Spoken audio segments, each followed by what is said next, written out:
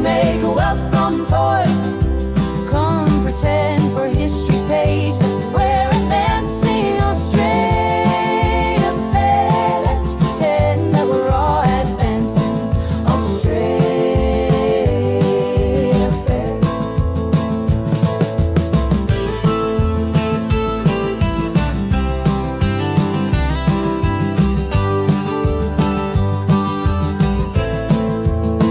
Back down the road I found the church we built on the black man's bones was empty, and out the front a sign read all but sold.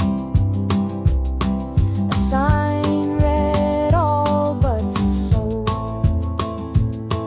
And we all owe so much money, but to whom we're not quite sure.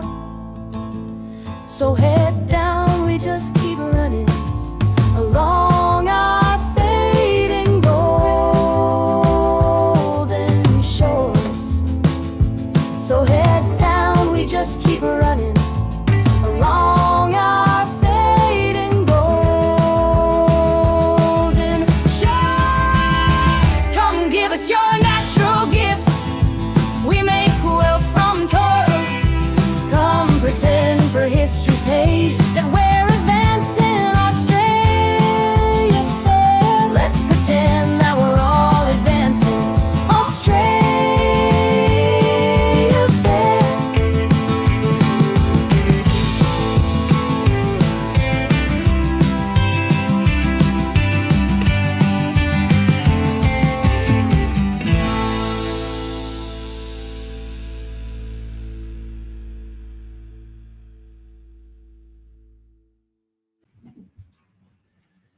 Okay. Hi, everyone. Oops.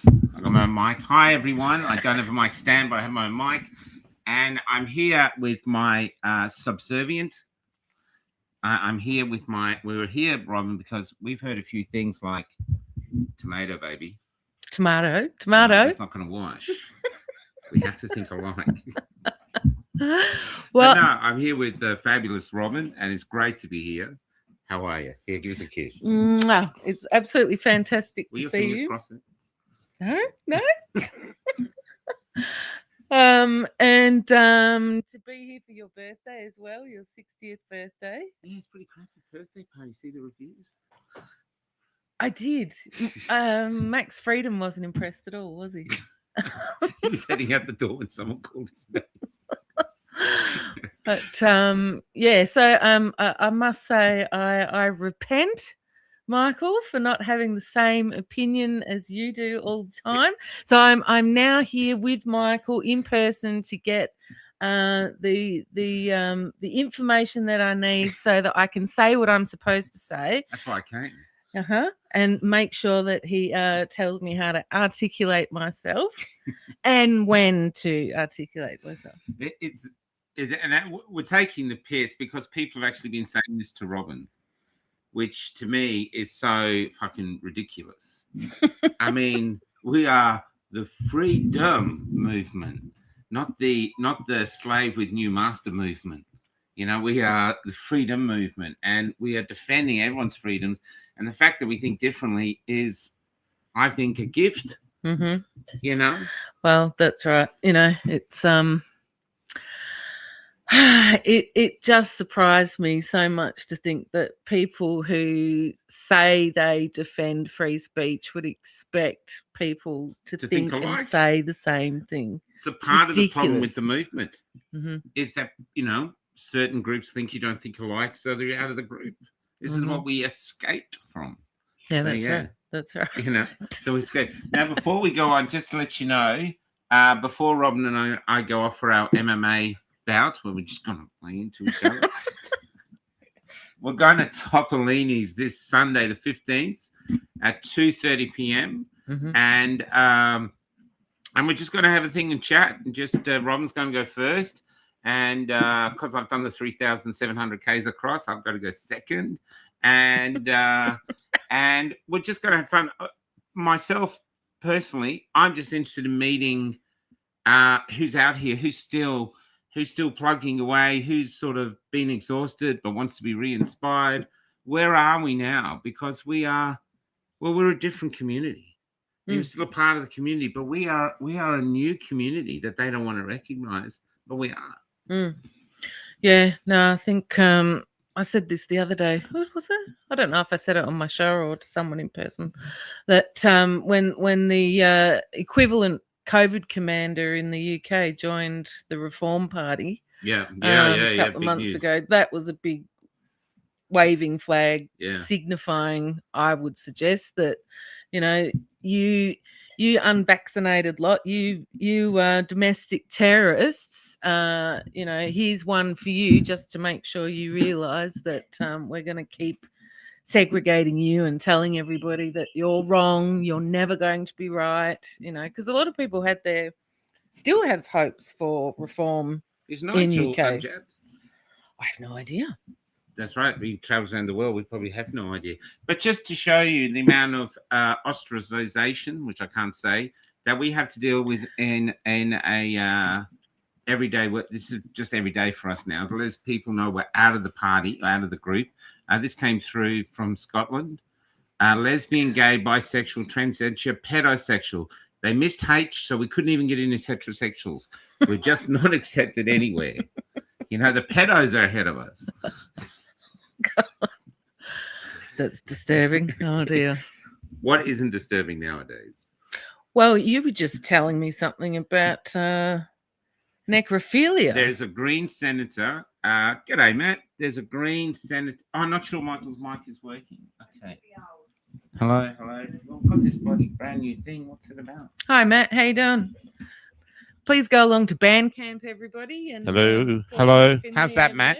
Matt, how's that? Is that working? See if that works now. It says it's working down here. This is the thing we bought. See, this is how dedicated, Michael, I am to making sure I get my instructions. There is currently a massive bushfire. Yeah, there is. No joke. Where I live, and no, I left my home to come down to get my orders from Master MGG. It's true, though. I'm laughing, but what can you do about it? We've got all the fireys up there. But anyway. We're doing the show, even though we don't have a stand. So I'm just installing my new stand here so that I've got something to rest my mic upon. Well,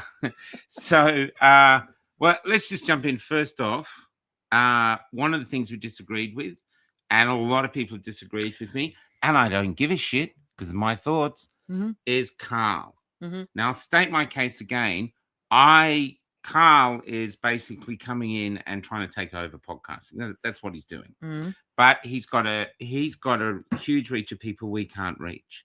But when I said victory, the two victories that I think are together, is my mic working now? Hello. Yep. Is one, their side flinched. Yeah. He is the best paid newsreader in Australian history. And he said, I'm sorry, I got COVID wrong or something. I should have done the research. Whether that was a lie, whether they thought, hey, if you do that, you'll get in their crowd. Whatever it was, their side flinched. What chances do I... And remember, he's on millions and millions and millions of dollars, probably offered more. How much money could they offer you for you to get you and your little human on Channel 9 to say, yeah, we're sorry, we've got vaccinated. We feel so much better now. Zero. There's the victory. Zero chance, anyway. Not $0. There's the victory. We've and think about it. What's he lost? He kept his job. He probably got a pay rise. He was on everything. Now he wants to do a podcast. He gets millions thrown in to do that. He gets the top. Or reach out to all the big names they're all lining up to be on his podcast. So he gets all of that. We lost jobs, we lost career, we lost our country, we got thrown out of families and friends, we lost all this stuff. And who's the side that flinches first? Yeah. Their side. Well, yeah, that's so that's my thing of the victory. Just those things, Well, I do agree with that side flinching. I'm unhappy with the phrase that's a win for us. I don't think it is. The reason why I disagree with it being a win, I do agree with the flinching part. Victory. That's it. Because I'm always, for one, you can see you've just mentioned there that he's trying to get into the podcasting. MSM have been trying to rebrand themselves and have the podcasting vibe, because everybody's done and dusted with corporate media. But the thing that I worry about is that they send someone out like Carl, and let's not forget that they are instructed to say what they say. Maybe. Yeah. So I do. That's a question to ask. Are you, Carl? Are you instructed to say what you say? Because he's doing rants now. Oh, is he? He's doing rants. Okay. So he does a rant, 1 or 2 rants during the day, and then he does his work, and then he does the podcast. God, give me a break. So I'm concerned that, as we've seen time and time again over the past 4 years, corporate media will use limited hangouts, and we've seen it with Spotlight, where they had all, Karen Phillips, the jab injured, Karen, whatever it was, the jab injured. Karen Phelps, yeah. And then people say, "Oh, look, mainstream media is finally putting it." No. They use limited hangouts like that so that they can try to hold on to any credibility they've got left and rebuild the trust. Remember the WEF, rebuilding trust, and then in the future leverage that so that whatever it is they want to bullshit to us again in the future, we trust them. And I think that failed. That big thing they had on ABC failed. Mhm. Because they tried to control it. That's why you can't go live. They cannot give up control Mhm. because they don't trust even Carl. They don't trust Carl to go live. Well, you and I, Robyn turned up here. Kelly and I still get over the fact they're here and where we're going next. We were dozing. We had our nanny nap. So you have to get up. Oh, Robyn's here. Oh, my God. We got like 20 minutes and then we're live. Mhm. No script, nothing. Yep. They can't touch that. Because they don't trust Carl. What will their little grannies think if Carl says a word out of place? Mm-hmm. So we've still got a degree free. So that'd be interesting to go there. And you said YouTube is preferring lives. Yeah, it's interesting. They have, when you're doom scrolling shorts, they now, if you doom scroll for long enough, YouTube will bring up people that are live. Most of the time, it's just a whole bunch of weirdos. Sometimes you'll come across somebody that's actually worth watching, but for people just discovering this and you watch them, and anybody that manages to get any number of people watching them live on YouTube Shorts, the thought is that it's revolutionary. Well, Cafe Locked-Out and all the podcasters on Cafe Locked-Out, they all stream live. That's right. So I'm sorry, all of you YouTube live streamers. It's not revolutionary. My master, MGG, started that revolution, let me tell you. But we did, didn't we? We go live. Mm-hmm. In fact, because we go live, it's really interesting. You see the stage interviews we do are separately, but we don't even really store the lives. Mm-hmm. And Facebook, apart from Rumble, but once we do 400 hours, Rumble gets rid of the lives. Not Rumble, StreamYard gets rid of the lives. So we have no real record. Mm. There's some on Rumble, I guess. So you go to Rumble, but you go back Facebook a few years, they delete them. So some would be on Rumble and stuff like that. But together, we have done an effing huge amount of work. It's quite nuts. Yep.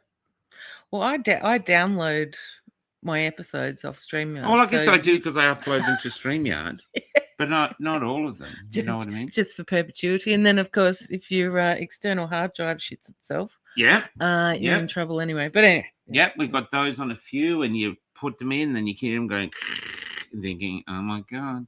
So here's where we are. So anyway, Carl was the other thing. What are your thoughts on the war? Which one? The one, the Iran the war, one the in new Iran. one, the new Netflix series. Yes, very interesting. I think the UAE is in a very precarious situation. I don't think the rest of the world really understands that Iran could devastate the UAE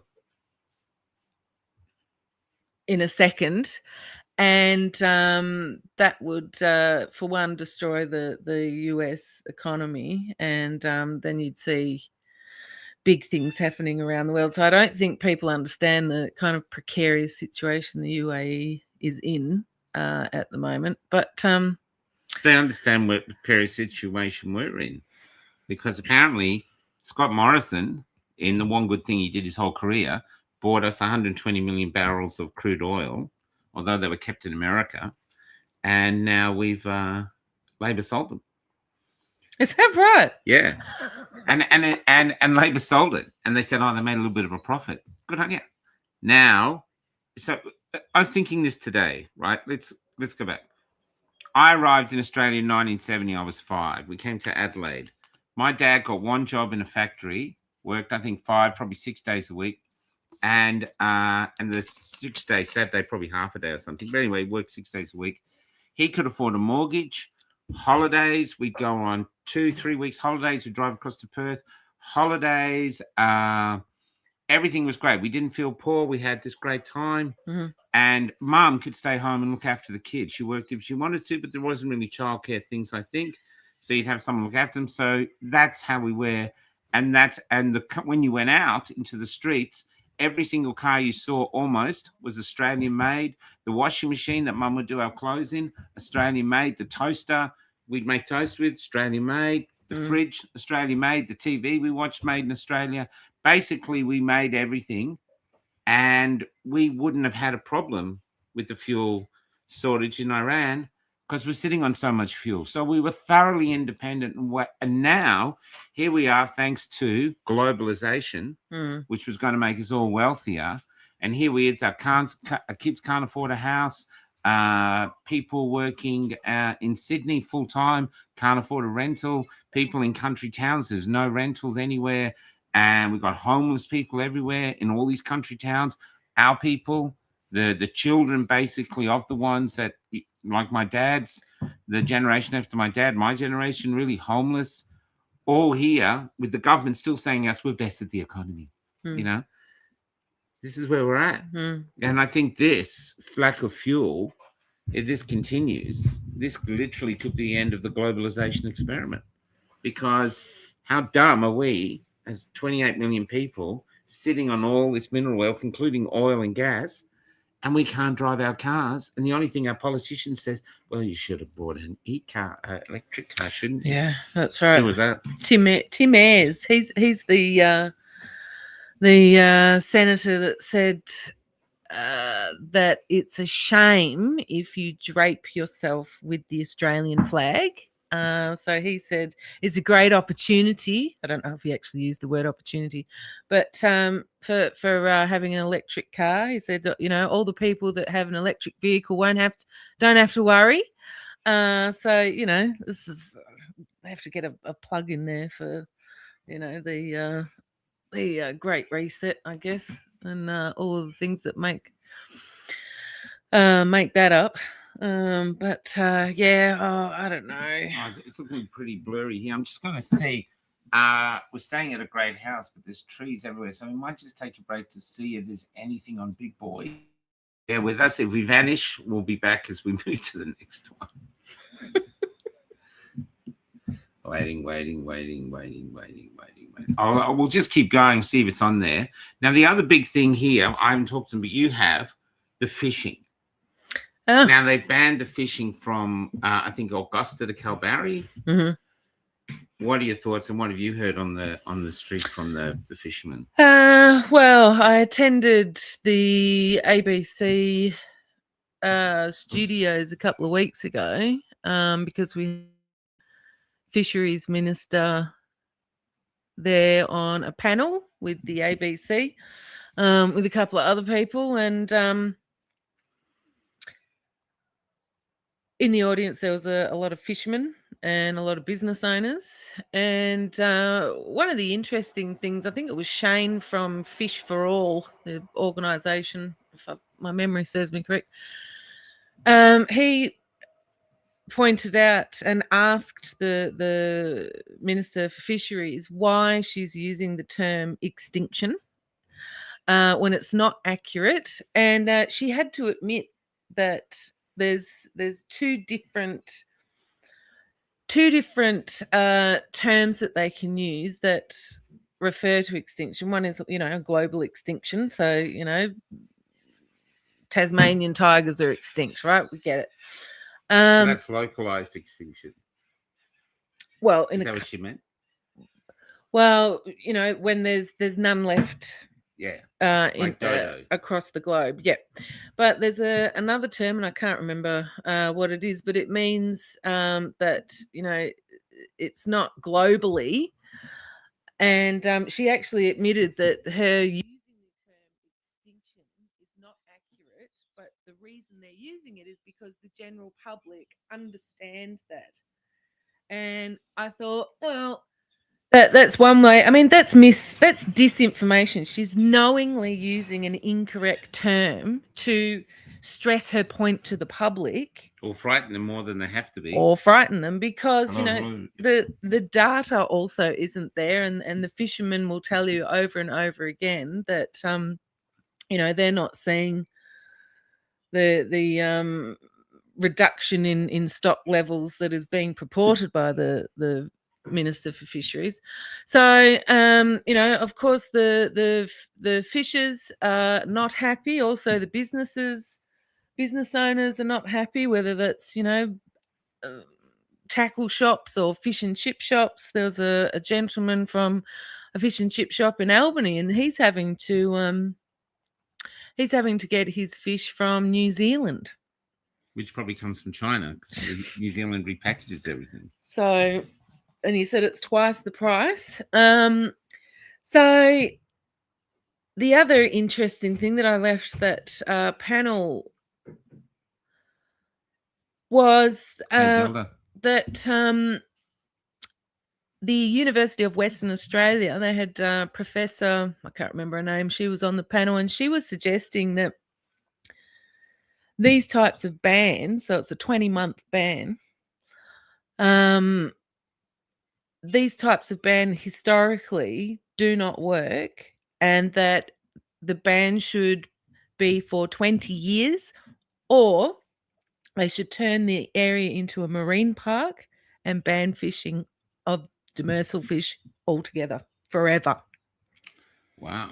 So I would say after 20 months, they'll let the recreational fishers back, not the commercial. But and then the recreational fishers, they've announced that you have to tell the authorities what you've caught. But I reckon we're going to see, after the 20 months, that they'll either extend the ban or they will in fact turn into a marine park. So, manufactured food crisis. I mean, we saw that during COVID. Look, because I saw a list today of all the places we can't go anywhere. Mount Warning, Lake Eyre, Kakadu, all these things are coming through places we can't go. Now, I know I was seen as conspiracy theories, but there's a big thing about 2030. One of the things is no one will have a car. Yep. Everyone will live in the city. You'll eat insects. Mm-hmm. So they're banning the fishing, so you can't eat fish. Mm-hmm. If the petrol keeps going up, then there's going to be a lot of people who can't drive. Mm-hmm. And is this it? Do you think this has just happened, or it's just like a comedy of errors, or do you think this is a part of the Great Reset and the hiding it behind the beauty of liberating beautiful Iranian women? Yeah. That's what they're like, knights in shining armor. Look, this, and I love the fact that the women are dancing and the people are happy, but we don't actually know how real that is. Is that just a small population? Is there a big population that's not happy? We don't know. No. I mean, in reality, we don't know anything anymore. No. I look around, I don't even know how things happen anymore. I mean, that's how weird the world is. Do you ever wonder how the fuck we got out of the caves and did anything? I don't know how we do anything. Crazy, and we're so incompetent. How did we do it? How did we build a ship? Why do we have ships that sort of just sink and planes that fall out of the sky? I mean, how did we do this shit? You know? Yeah. The other thing is the farmers. You know, Yeah, the farmers. So Testing. not only do we have, you know, certainly in Western Australia, you know, you can't go out and feed your family. I mean, there's people that live in that area that actually feed their family by fishing, and they're not able to do that now. And actually, I spoke to Philip Big in Tasmania, and you know, he's a gun owner and a hunter, and he was you know, talking about the gun confiscation and all the, you know, gun laws and all these sorts of things particularly after Bondi. And he said, look, there's people down there that actually feed their family by going out and shooting deer, you know, whatever it might be where they are. People in Victoria doing the same. So, and I saw somebody made a comment a little bit earlier, you know, it's all about having people reliant on the state or, you know, the government, whatever it is, from birth and death. And I mean, what are people going to do when they can't feed their family because they don't have a gun, and then they're not allowed in the ocean? You know, they don't have enough money coming in because they've got an exorbitant mortgage and they can't afford food. They're probably already not eating themselves so that their children can eat. You know, what happens, you know? So our future of a Mad Max fuel-driven nightmare, the real future could be us draped in loincloths with long spears with one foot up against our knee, just going out there and hunting roos. Become full circle. No, the bugs, Michael. The bugs. Become the new indigenous. Well, the bugs have all vanished because we came across the number, but we didn't see any bugs. So I think the bugs watch social media and they're going, human! Let's get out of here. So the bugs are like, whoa, these guys are nuts. There's so this. I'm not saying that's going to happen, but it's kind of strange how it's happening. Yeah, you know, and it's what I don't know if anybody else feels this, and maybe you can tell me, but it feels like they're really rushing now, and they're making mistakes. Yeah, it's becoming obvious. I mean, we started off talking about Carl and the establishment flinching. You know, that they had to do something. So their hand is forced. Yeah, which could be a rising of humanity because so many people now in America now. A survey came out from that Nick Hirschler. Oh yeah, 50% of Americans now believe huge amounts of people have been killed by the COVID vaccine.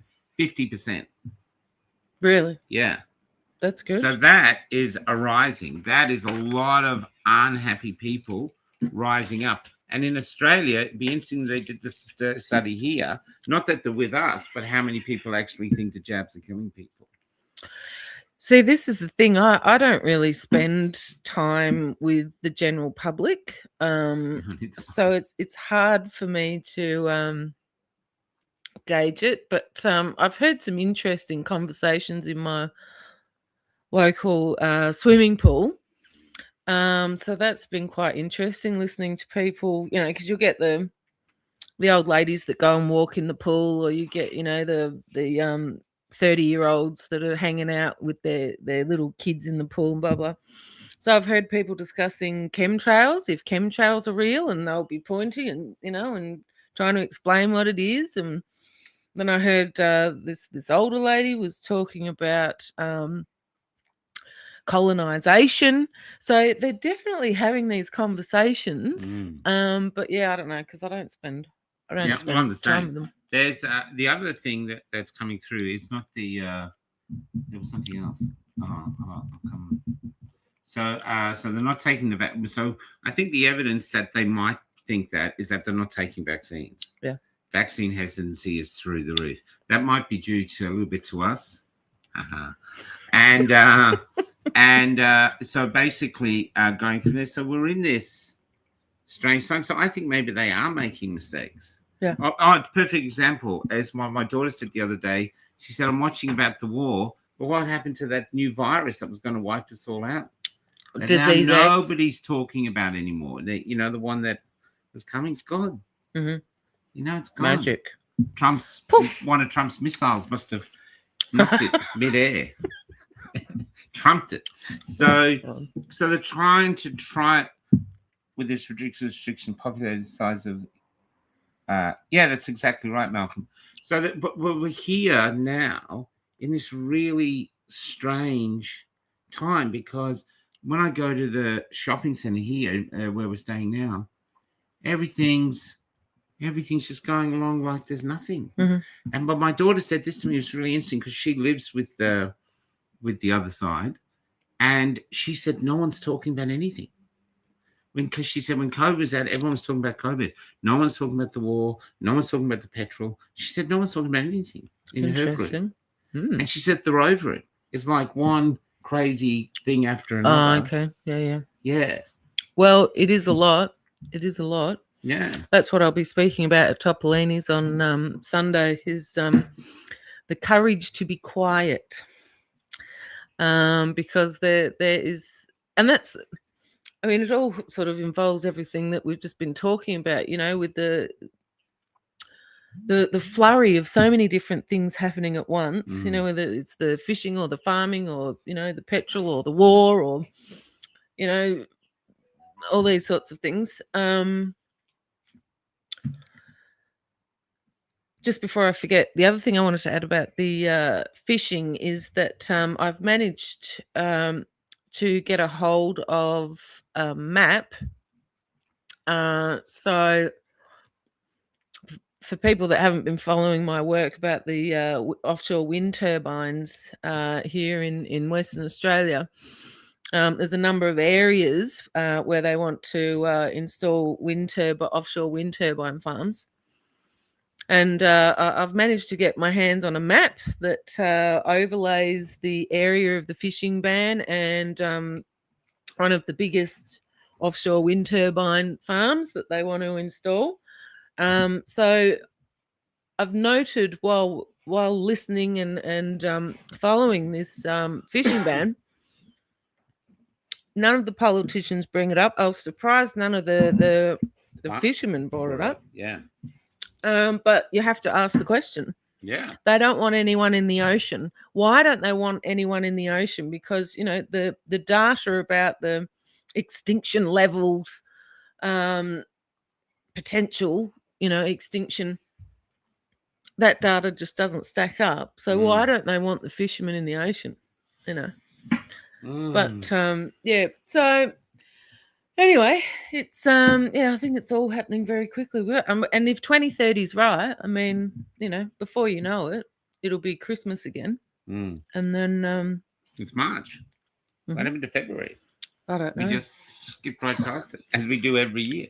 There's now let's just talk. This is I just get in the comments. First off, how many people actually think that this is not just another Trump event, but this is the start of something, maybe the 2030? Put in if you think yes for 2030, or you just think it's Trump trying to get out of the Epstein files. We'll get to the Epstein in a sec. But think of with the cars. There is so many. Caravan park at the moment. There are so many caravans starting to come in today. And it's because of the no fuel. No one is moving.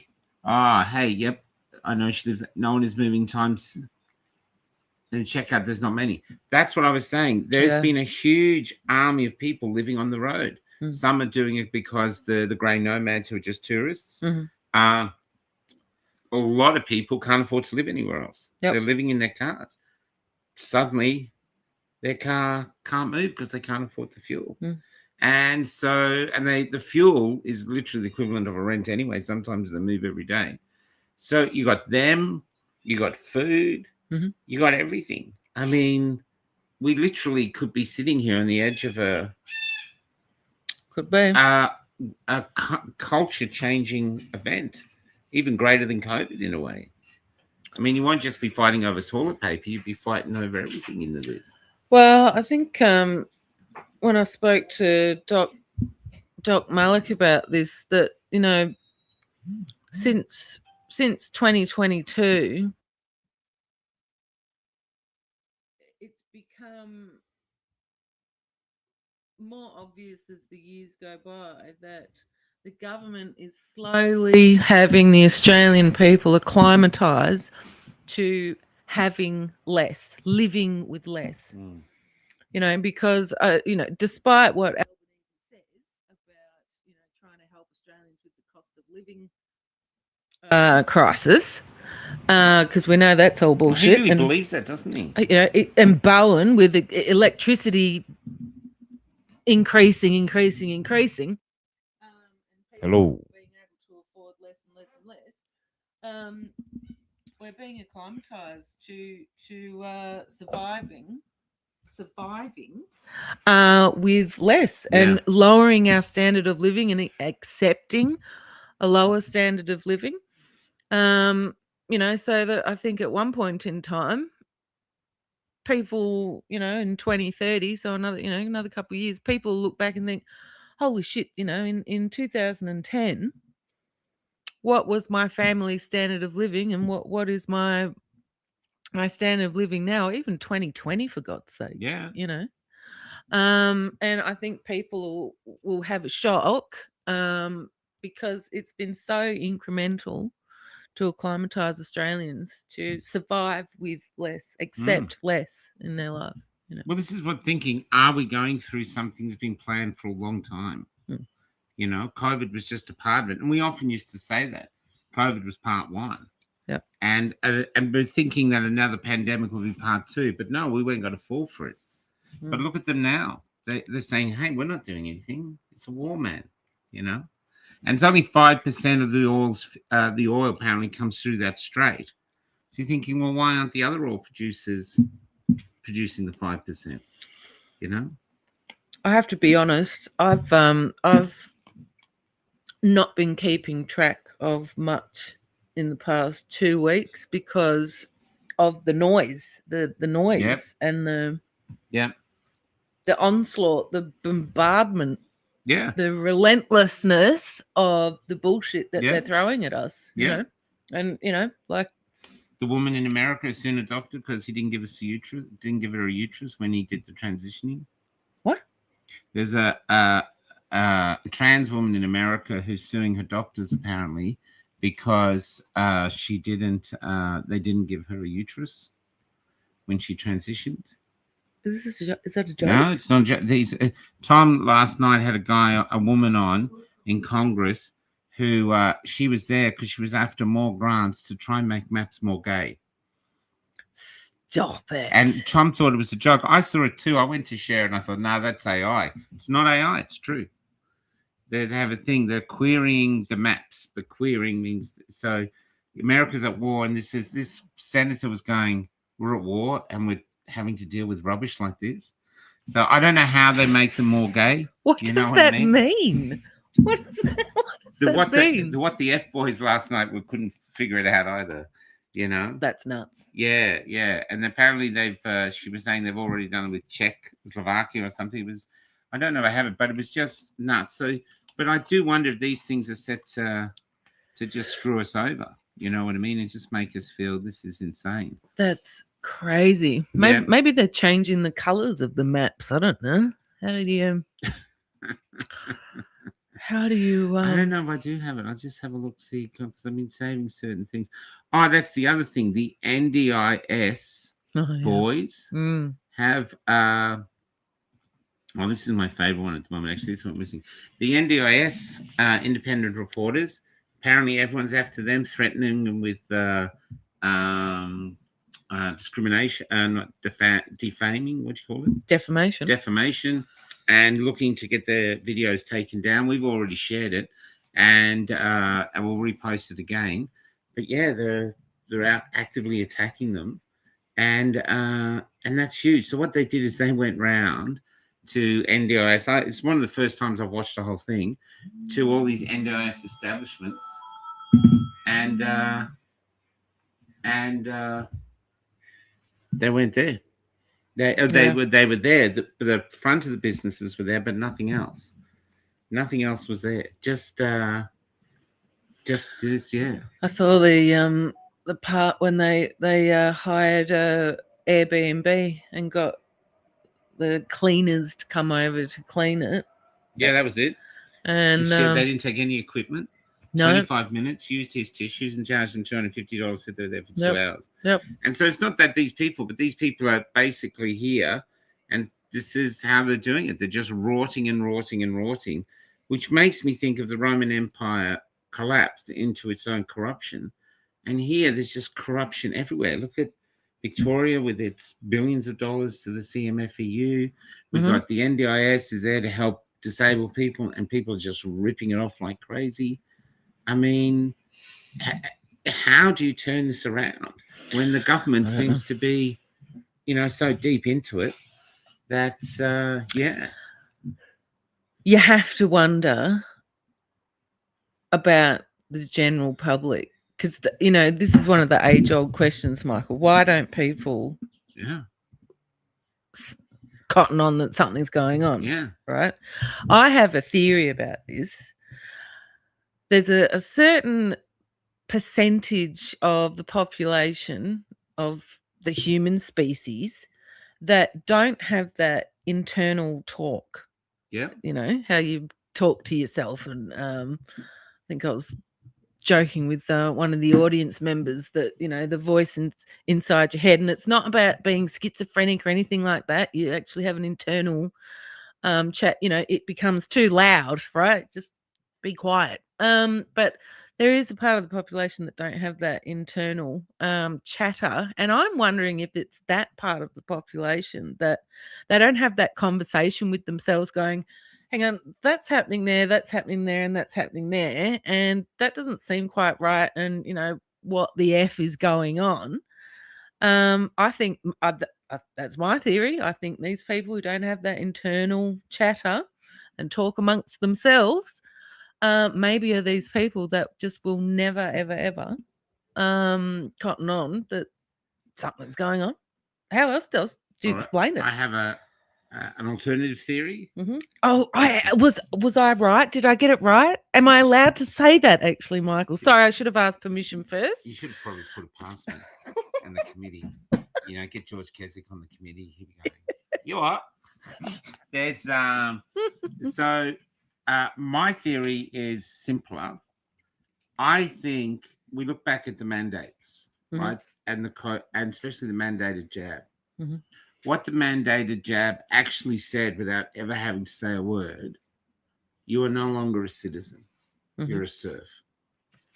Because the government is supposed to serve us, and the government actually said, you don't do what we say. You don't take this experimental jab into your body. We'll cast you out of society.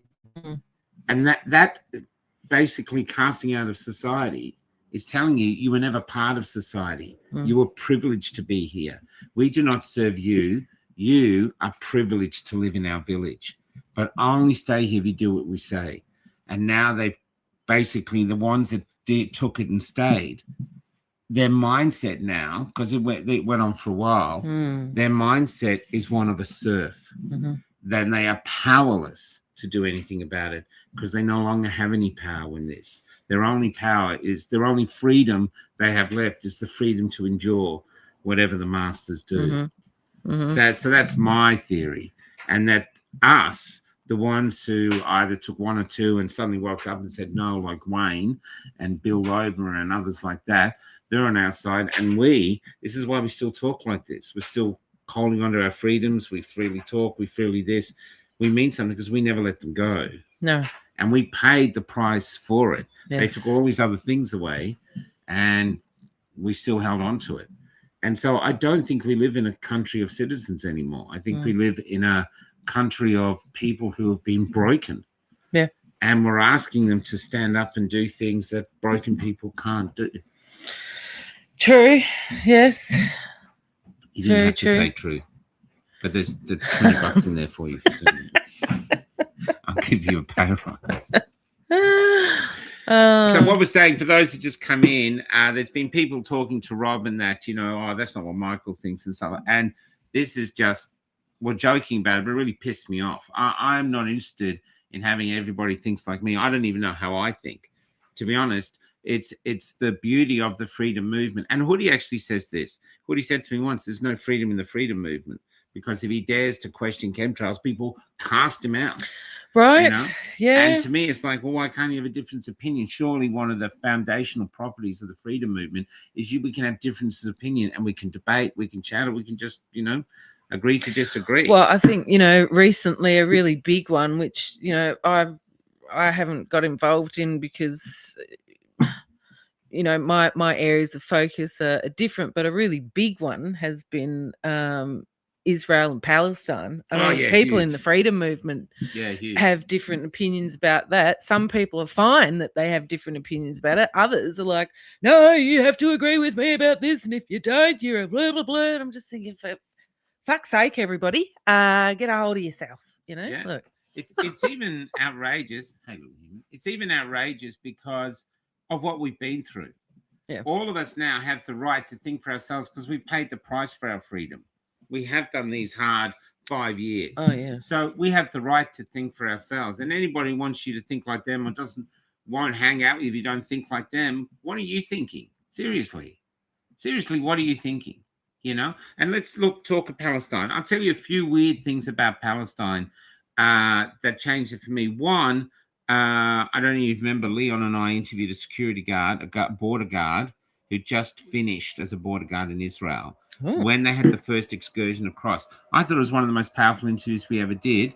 No, it never went anywhere. It's still up there, but I've played it a few times. It doesn't get seen. Wow. But what he said was he was working on that border for 2 years. He said there's no way they could have got across.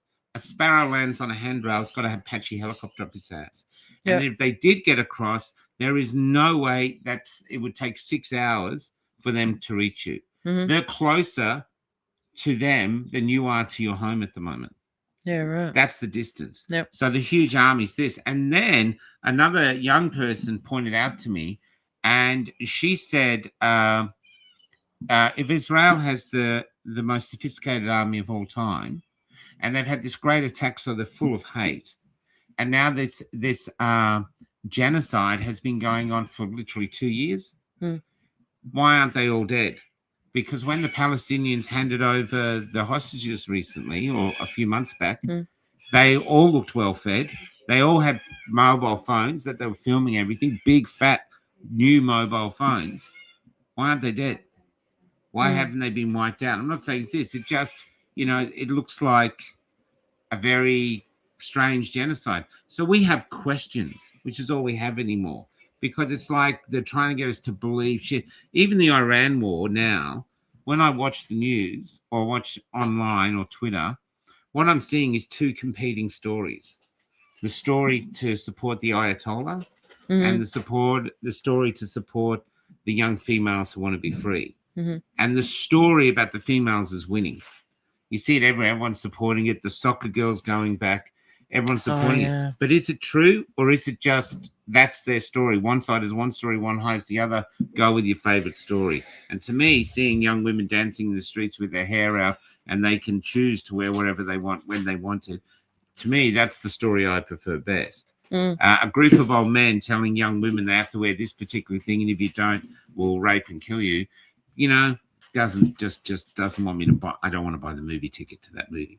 So this is what they're selling, and this is what we're doing now. So the war is actually a social media war. There is battles going on somewhere, but it's a social media war. And when you think of what's the one in Europe? Russia and Ukraine. Think of the footage we've seen. Have you seen footage of 1,000 tanks crossing and meeting up with 500 tanks? They have this huge battle. No. We see groups of little men, usually 3 or 4 at a time, fighting off a drone, or just a few people here or there. This coming up. So it's kind of a social media war for us, and it's just so hard to believe anything. I'm not saying they're not happening, but how do you believe anything?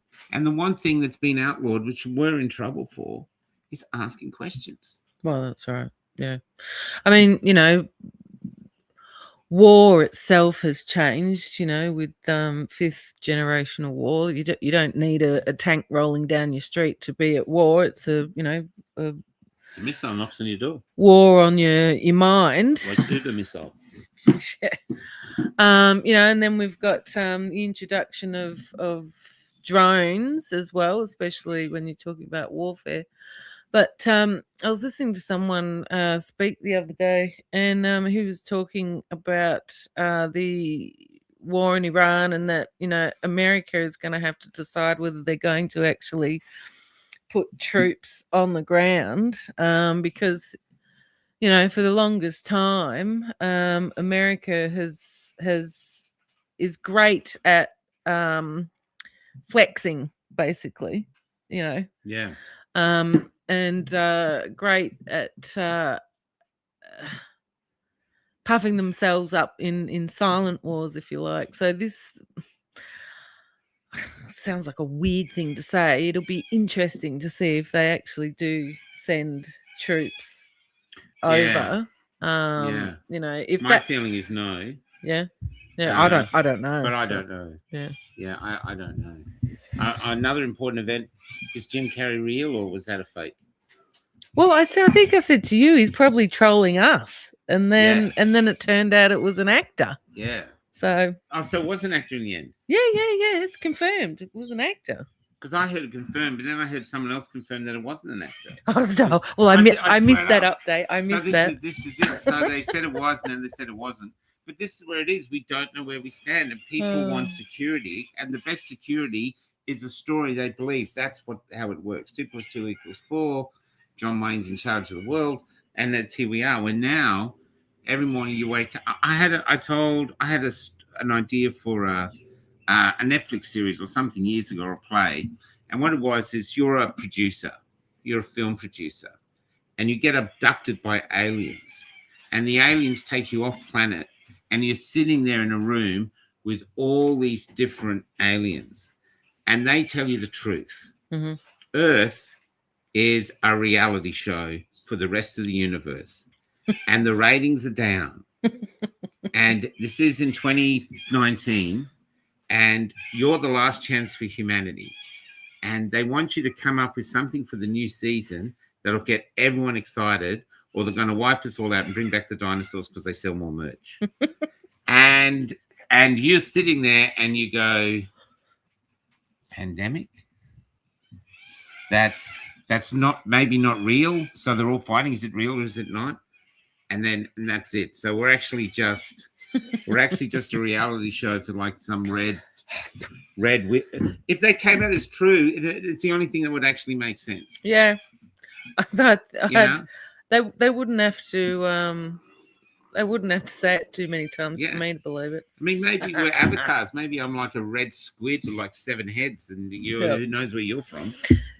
Can you, Kelly? Can you put up Trish Wildfire's comment about reliable reporters? No. There it is. Be careful to not bear false witness. Makes it hard without reliable news reporters. I think that's where we live, Trish. I don't think we can believe anything. I mean, look at Epstein. Well, let's go there. The Epstein files. Mm-hmm. How many of them are true?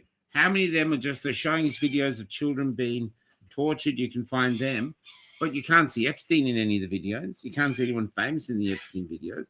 How do you know these videos aren't from just the CIA vault of all the child porn they've had for centuries? This is, we just don't know what the truth is anymore. Well, if anybody hasn't heard of Johnny Vedmore, go along to, you can find Johnny Vedmore on any social media platform, and his webpage is called newspaste.com. He's been researching Epstein for I don't know, just under 10 years, I want to say, from memory, and he's researched people around Epstein as well to be able to explain Epstein and what he does. So I mean, I agree, Michael. You never know these days what you're looking at online. If it's a real video from somebody that's been somewhere with it. I mean, who knows? Let me How do let me we give you a test. verify that? Let me give you a test, right? Let's test the evidence. Mhm. Now, one of the evidence is that Ellen DeGeneres introduced cannibalism to Epstein and his mates. Okay.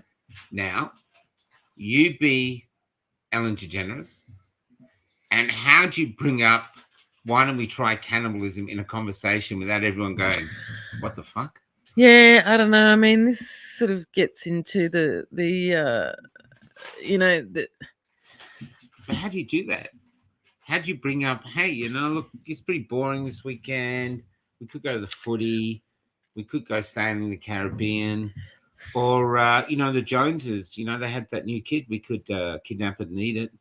And people are going, I'm sorry, what was that last thing? The sailing in the Caribbean. No, the one after that. The kidnapping and eat, Well, like, this is what they're trying to get us to believe. And I'm just wondering if we're so, like, head-effed because it's so this. Is it all true? And if it is true, how come Tom Hanks is coming to the footy, and there he is, like he's the star of the show, and yet he's supposed to eat the kiddies? You don't want him to go to Ronald McDonald's guest house or the house for the injured kids, because they might go missing. I mean, this is the insane world they're trying to get us to live in, going, hey, this time you stay away from the kids. And so how do we make sense of it? Well, there is a much larger conversation to have about cults and Satanism, and all these sorts of things. These people, secret societies, all that sort of stuff. People's greed, stains their soul, and some people will do any number of things to get what they want, and there's other people that will leverage that greed in whatever form it takes, and by being members of these secret societies and cults and leveraging that greed and all these sorts of things, people do really effed up stuff, Michael. Okay, so I'm not saying it's not true. I'm just it's just to talk about it. Yeah. So there you are. It's like, say you're going, oh, look, you're a great actress, Robyn, but we come around tonight, we're having a bit to eat, getting some pizza around, and got a little Puerto Rican pizza coming around, and if you eat it, we probably could get you a movie deal and this and an Oscar, and all you got to do is eat a baby. And I don't think I've met anyone that I know of, but maybe I don't know them well enough, who would go, yeah, cool. I don't even think we're the same species. That's what I'm thinking. I don't maybe we're a different species. Yeah, I don't. Maybe there are reptiles. Who knows? Even cockroaches don't eat their own young. Rats don't eat their own young. Why am I laughing? Oh, people are going to get annoyed at me because I'm laughing. And why would we eat the kids when we've got all these big fat Americans going around? Exactly. I mean, one little baby, you feed how many? You get one of the Americans. My God, you can put them in the freezer. You could have them for a year. So why would you do that? There's just things like that don't make sense. No. That's very good, by the way. He wants to show it on camera. This is a little human occupying himself. It's Homer. He wants a donut. Yeah. And so what I think with all this, though, and this is today, Cafe Locked-Out. Do you know the true origins of Cafe Locked-Out? Tell me. Václav Havel. No, I don't know what that is. So Václav Havel, I think I've said his name right, was a Czechoslovakian playwright and freedom fighter. His plays got banned. He was basically, a state prisoner in his own house, and but he became the president. and what he said, he wrote a piece called Power and the Powerless. Mhm. And it's how to have some sort of power when you're powerless. And he wrote this essay for this competition thing, and he got 10 years in jail for it. And I read the essay, and in the essay, what he said was, if the state media won't publish your articles, set up your own media company. Hmm. And when I read that, I thought, okay, I'll do that. It's like the light. Yeah, that's right. And I set up Cafe Lockdown. That's where Cafe Lockdown came from. And Yeah. that's why I never told anyone. But a few years later, I was somewhere, and a Czechoslovakian actually said, you know what? You're Australians, Vaclav Havel. So it's not to brag, but it's to show that the ideas that we are having now could reverberate through time. So we think no one's listening. But in time, in another time of tyranny, whatever, people could go, oh, Cafe Lockdown or this or Courage is Secure. So this is a constant battle, what I'm realizing. It's just in our yard now. Well, every year we've been alive, somewhere on the planet, ordinary people have been fighting for their freedom. Yep. Well, I think I've said it to you before. You're the modern day Henry Lawson. I would suggest, because Banjo Patterson, he romanticized Australia, but Henry Lawson, he wrote about the dirt, the ugliness, the hardship, and all these sorts of things. So yeah, I think you're definitely the modern day Henry Lawson, Michael. That's a huge thing, but this is where we are now. This is where we are. Yeah, and people are really suffering, and because there's so many people suffering, it's like people's empathy levels have been reached, and that's why I think we need to push to things about the heart, not the head. We have to basically rekindle the heart of Australia, because say Paul Hogan was the epitome of that period, the true larrikin. Talented, good heart, patriot, and funny as hell. Loves taking the piss. We are so far removed from that now. People can't take the piss. People can't joke. This is what we were saying the other night. You're not allowed to. Not allowed to joke. Australians not allowed to make a joke. It's like you think we're not facing tyranny. You're not allowed to make a joke. In 1984 with Newspeak is an actual language, and if you haven't got yourself a copy of 1984, go and at least go to the library and get it out if you don't want to buy it, because it explains at the back how Newspeak was created, and not only its function, all those sorts of things, but and one of the things about Newspeak is that you reduce the number of words there is, and by doing that, you then stop people from thinking particular thoughts, because there's no way to explain it, right? So it's a form of control. Yeah.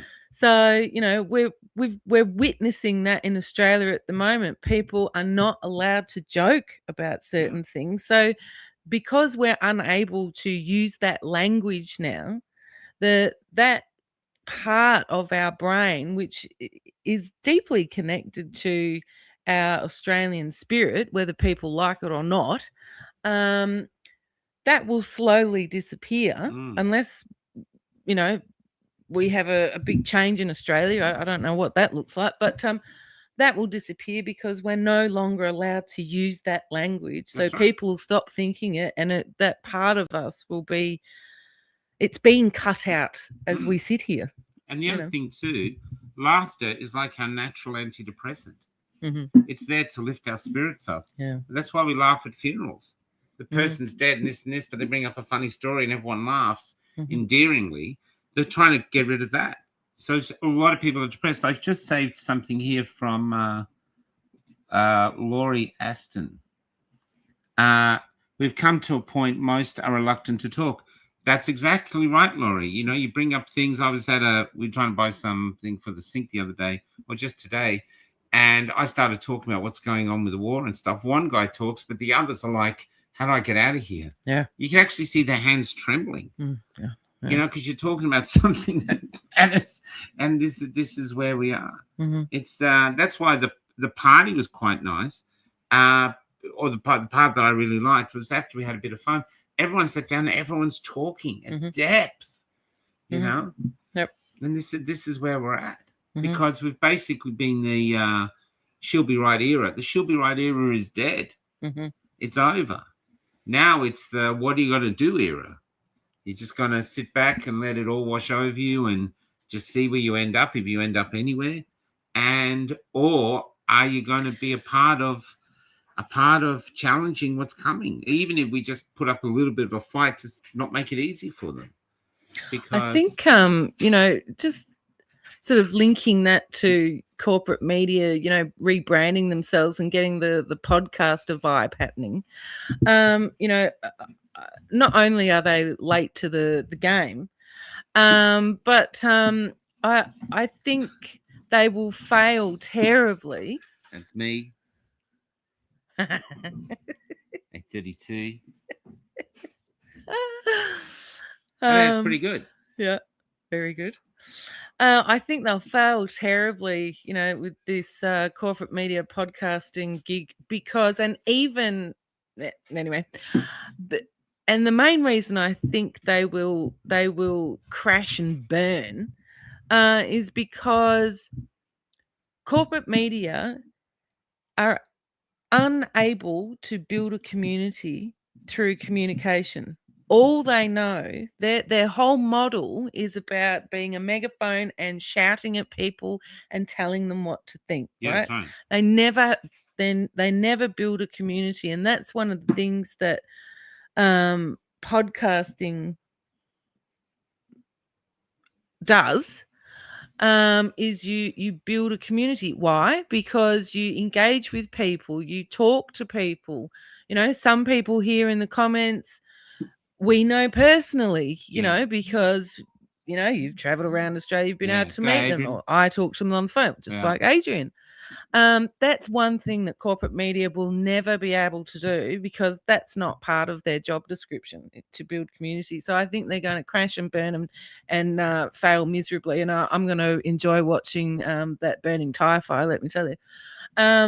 But that's one of the magical, wonderful things is that even though people are afraid to talk now, there's also a hell of a lot of people that aren't.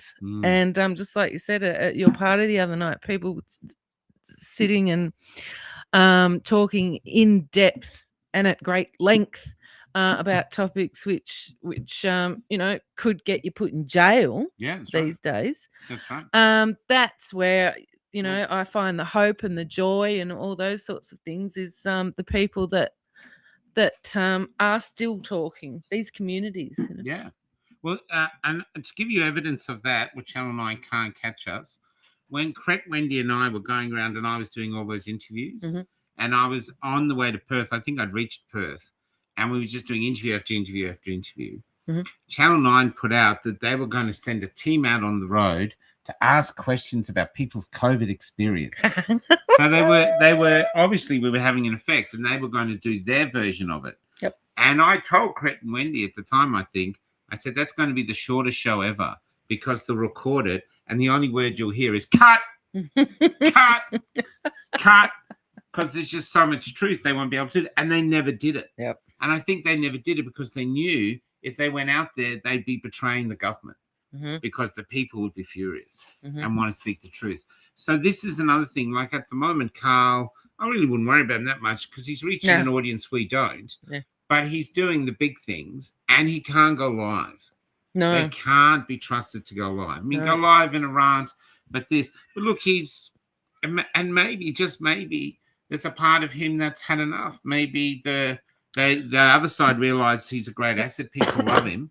But, maybe something in him wants his soul back. I don't know. I've had a lot of people, not only, we were having a bit of a joke before that people were upset that we didn't have the same opinion. But, when you'd made your opinion clear and I'd made mine opinion clear about Carl, I had a lot of people reaching out to me, people that know Carl, and I can only I trust these people. I can only believe what they say, that, perhaps Carl has changed his tune. I don't know. I can't vouch for that and all No, we these don't sorts of know. things. And my opinion actually isn't, it could be anybody. It could have been Carl. It could have been somebody from Channel 2. It could have been any person. I don't care who it is. Yeah, one of the Channel 2s probably would have been a big one. It's the person is only the vehicle, Yeah. for them A to, useful idiot. yeah, basically. So I couldn't give two flying whats about Carl. I'm just concerned that they do these things so that they can leverage it in the future and lie to us again. Well, the other interesting thing at the moment too, which is I was watching the What the F Boys last night.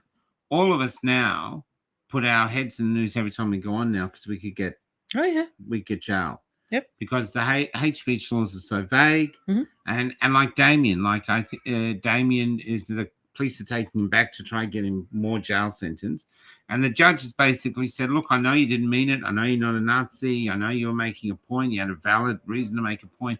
All these things, but because someone somewhere who doesn't know the context would see the image and get offended, we have to." So that's it. Free speech gone. The thing that got rid of free speech, offense. You might offend someone. So basically, the meek are inheriting the world by force. Yep. And this is, and I know people say, "Oh, that's not what the meek means," but this is kind of where we're at. And the other thing, this is the thing that really haunts me. I've talked to a lot of Romanians and Polish, but especially Romanians, because I think they under Ceausescu, that was just nuts.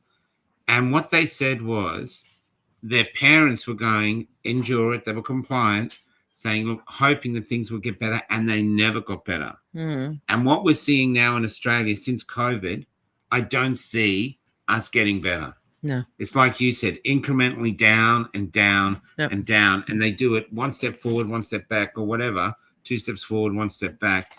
And it's to try actually get us to a point where we just sort of walk into it. This is like, we're here. This is how it is. And people justify everything.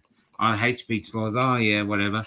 And this is, so here, Denise D, free speech gone, that is emergency.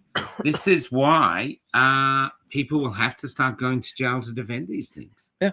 We're reaching this point now where this has been, I see it, yeah. Yeah. That's Bart.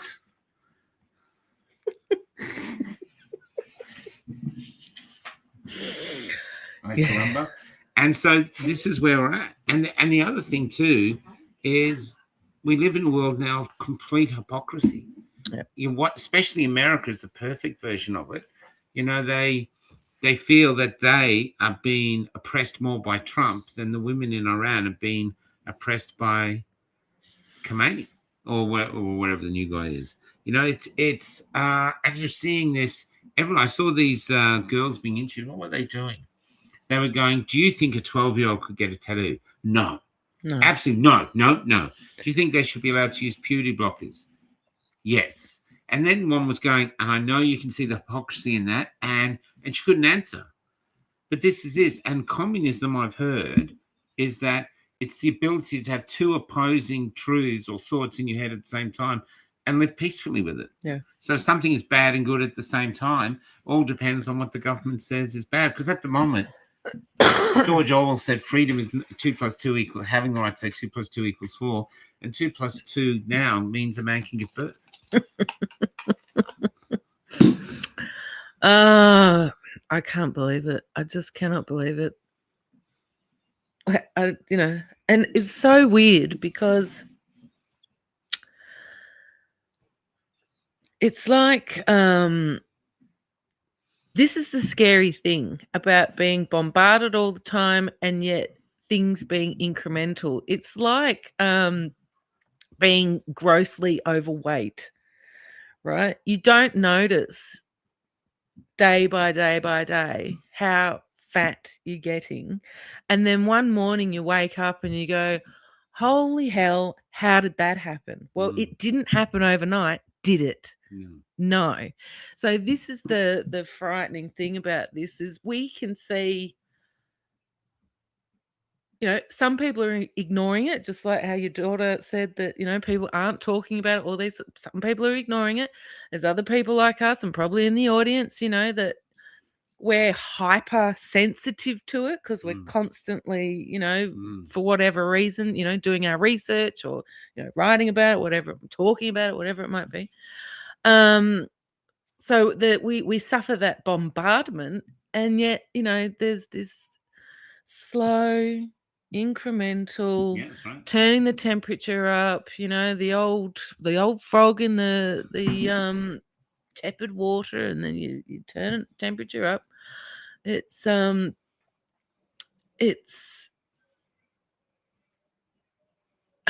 it's just nuts. Well, look at, to show you a perfect example, AI with the cameras. Every city you go to now, everyone's looking at the cameras. Everyone's changing their behavior for the cameras because the cameras can get you on your mobile phone, seatbelt on. Oh yeah. So everyone, that's AI. There's not humans monitoring those cameras. It's AI. So AI is already controlling us in a way, out of the fear of having these enormous fines. Because people are getting huge fines now. I think my father told me someone got 32 demerit points in one of the first weekends when they brought out the AI camera, because he went through somewhere and they were double points, and that was it. So, well, in case you missed it, the judgment was overturned. So Bunnings is now, using facial recognition in their stores, and also Coles has made a deal with Palantir to have Palantir assess all their information. So, people's loyalty club points, what they're shopping for, when they're buying it, all that information. So that's just happened, in the last month, I think. yeah. Just written an article about that. And look what Bunnings done. There is no other. There's not as Mitre 10, which are hard to find. Yep. But that's what we should be doing. We should just be going, they get it so it's convenient. It's everywhere. It's so convenient. There's a Bunnings everywhere. They've got everything. Now they're doing facial recognition. You don't want it, but what you're going to do, you need the screwdriver, and Bunnings is right there. Where you need to actually now go the harder yards. Like, I still won't use automatic tills. No. So I line up. No. Yeah, same. People, oh my God. I've even when the store's empty, right? And I remember one time there was this lady that was going through, the actual checkout, and she had a full trolley, good $2,000 worth in there, Yeah. Anyway, so I thought, bugger it, I'm not in a rush. I always stand. I don't go through the automatic checkouts, whatever they're called. So I just stood there, I didn't really care. And this woman, one of the workers, comes up to me and she goes, "Oh, would you like to go through the self-servicing?" I said, "No, thanks. I'm right here. I'm fine." She's like, "Oh, well, you'll be standing here. I'll just go through." I said, "No, thanks. I like to be served by a person." And she goes, "Oh, well, I'll take you over to the self-service checkout and I'll put it through for you. How's that?" I said, "No, thanks. No, I'm going to wait for the person who's employed." And she just looks at me like that. She says, "Oh, well, okay then." And she couldn't understand why I would want to stand there and go through the check, wait, all those sorts of things. And I thought, how is it that I'm the crazy person? She's looking at me trying to figure me out and I'm looking at her trying to figure her out. How she doesn't realize what's happening to people's jobs, all these sorts of things. Absolutely. But it was just this weird moment where she was trying to figure me out. And I was looking at her thinking, what the fuck, It's so strange. But it's we have to persist. If you've got the time to stand there and make sure you keep people employed, make sure you do it. Don't give in, people. Don't give in. Well, that's the same here. Like, see here, I know Mitre 10s are rare, but Bunnings has monopolized. But if they're doing facial recognition, the public doesn't want it, and they're just pushing it against us. Don't go to Bunnings. Just Yeah. don't go. Oh, Walk yeah. in a mitre 10 saying we're here because you don't use facial recognition, and then hopefully they won't do it. Yep. But this is another one. This is how he felt in a face mask. That's excellent, actually. That's really good. Mm. There's Axel never wore a mask. Anyway, small human. Whoops. Somebody edit that out. Yeah, I know. I never say your name. Anyway. There's so here's where we are, and at the top of this too, the country is in a state of grieving because so many of us have people who are injured, people who have died suddenly. We have people going to numerous funerals, and no one says anything about it. No. You know what I mean? So we're grieving. There's a lot of us, I think, still have PTSD from the period before. Oh, God, and I don't think that's resolved. No. They're just being attacked constantly with what to think and what to say with the hate speech laws. Yep. So in a way, we are in a war. Oh, totally. Well, I totally believe that, but it's a war, like Sun Tzu says, a sort of war where one side doesn't even know they're in a war. This is it. But they're dramatically changing our culture and everything about us. Yeah, the PTSD thing is real. I was thinking, well, I've been thinking about this a lot lately. We were in, I know I was anyway, in fight mode for so long, like years. And then without me noticing, went through a period of immense grief. And I didn't realize it at the time, because I lost my career, everything, whatever. And, then you've got all of those stages of grief, which I didn't acknowledge. And so, there's a real need, certainly for me, to be able to let all of that go, because it's been really detrimental to my spirit and my soul. And I think I'm having an internal battle at the moment that letting it go doesn't mean that I forget about it or the significance of it, or I don't keep that history alive, because let's not forget, they want to bury that history so that our grandchildren don't know about it. That's right. So that's the kind of internal battle I'm having at the moment. Is what does that mean to let it go? Because I have to, because it's, like I said, it's hurt a part of my soul, and I can't keep holding on to all of that, because it's continuing to hurt me, so yeah, that's the kind of internal struggle I'm having at the moment. Yeah, it's well, to show you an example too from me. There's even relationships I have with people I knew before COVID who went the other way. Some of them are still in my life, and there's a disconnect that you're trying to breach. Yeah, but it's really tough because we talk so openly. We're not scared of talking. We go anywhere, talk about anything, throw wild ideas in. Most of them are true, but the other side doesn't do it. And then you got to go back to small talk. And I'm thinking, I was never very good at small talk. Now I'm shit at small talk. I'm just shit at it. In fact, it annoys me. Yep. My tongue goes like, I'm not saying that. No. And so here we are.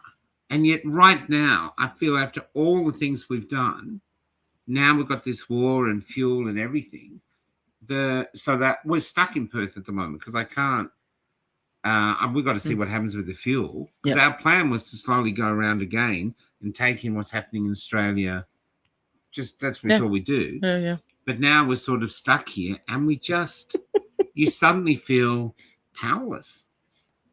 That there's greater forces at work and you're just having to wait to see what they do. Yep. Yeah, that's right. And then so that gets me back to that Power and the Powerless by Václav Havel, that essay. And I thought, all right, well, here's the lesson we learned. How do we remain ourselves Mm. in a system that's determined that we hive mind groupthink, you know? And you're too terrified, you're basically fearful to have a different opinion, you know? You know, I remember I had a flashback the other day. It was so distressing, like during the mandates. Oh, that's a good thing. Poverty consciousness. Sorry, Cal, just putting that one up. That's That's good, Denise. That's a name of an album. During the mandates, I forgot about this, but I would lose my shit when members of the public who were still talking to me at the time, because there was a period when people stopped talking to me, right? And they still don't talk to me. It would really annoy me and upset me when they'd say, "Hi, how you going?" I'm thinking, how am I fucking going? I can't go to work.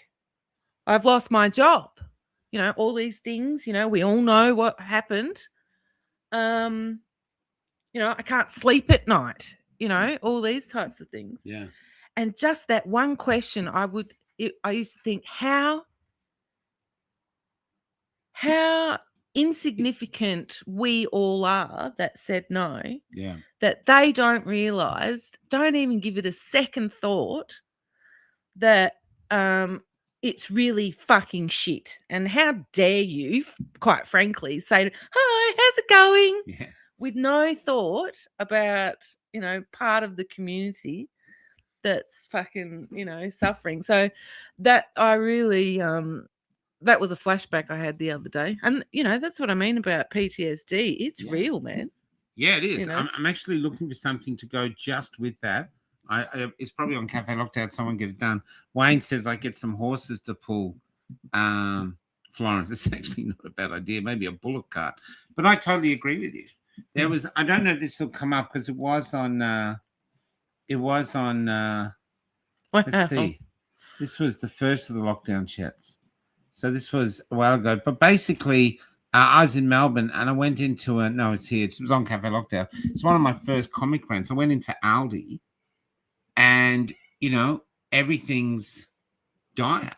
And I was a believer then. This was really early on. I was writing novels. I even had a mask on. You know what I mean? Because Melbourne was fucking insane. Yep. And I hated going, but I think Rahana didn't want to go. So there I am. And this guy behind the counter's going, "How you going? How's your day?"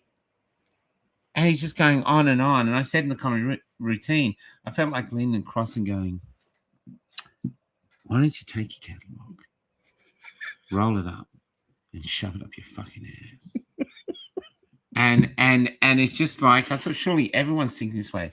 Could COVID not be happy? How can you be so fucking happy? Instead, he went to me, "Do you want a catalogue?" And I went, "Yeah, all right." So it's not like once I saw it, I thought, "This is a lie. I'm going to fight this all the way." I actually got down. Oh, I'm locked down. Okay, look, what can I do with my time? I wrote 2 novels. I wrote one in the evening, one in the morning together because I never had a time to write. Now I had time to write. The government was giving us a load of money then in Victoria. I don't know about here, but they were giving us lots of money. Mm-hmm. And so you sat back and thought, okay, this is like an adventure. Hey, maybe someone's going to die of pandemic. We've got a story to tell. It took a little time before you started just seeing things that didn't make sense. Yeah. And I think as we go forward, our community, I think, should pride ourselves on we want things to make sense. Yep. And at the moment, how much things make sense in the world? Oh, not a lot, tell you. Not a lot.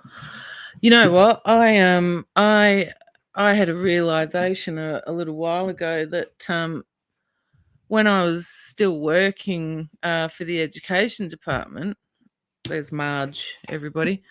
While I was still working for the education department, I didn't realize it at the time, but in the staff room,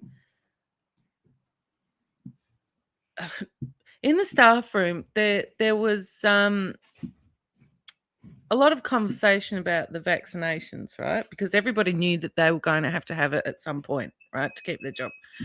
And I remember there was this one lady, and she was a volunteer at Perth Children's Hospital. So she was actually able to get Pfizer before everybody else at the school, right? Because she had this volunteer position and worked around sick children, right? Well, the next thing you know, she's not at school for 2 terms, Oh my God. and they couldn't figure out what was wrong with her. And then another teacher at that school, she had the first one, she had an immediate allergic reaction. But anyway, I only pieced it together a little while ago that this woman who was in the staff room bragging about being able to get the Pfizer jab because she's a volunteer, Yeah. she was jab injured. And it was a total mystery at school. You know, oh, how is what's her name? You know, when is she coming back? Oh, they don't know because they can't figure out what's like. She's done this test and that test, seen this doctor and all the rest of it. And I'm thinking about it. Mm-hmm. Yeah. Yep. Okay. Yep. Well, we know from Sharon. What's the second name? The one that does all the data. What's that? Cousins. Sharon Cousins. She was the first one to discover that the first person to die of Pfizer had it in America and died when she came to Australia, 47 years old. She took it to get into Australia and she died. So before they rolled out Pfizer, they already had a death on their hands. Oh my! So they knew. And this is the other big thing. This you've seen the thing in New Zealand. The inquiry. Yeah, but you see what's the major guy over there, the Maori guy. I called Liz about it. Simon called me about it. I don't know. And so he's let me see if it's got it on. Yeah, it's just a bit slow here at the moment.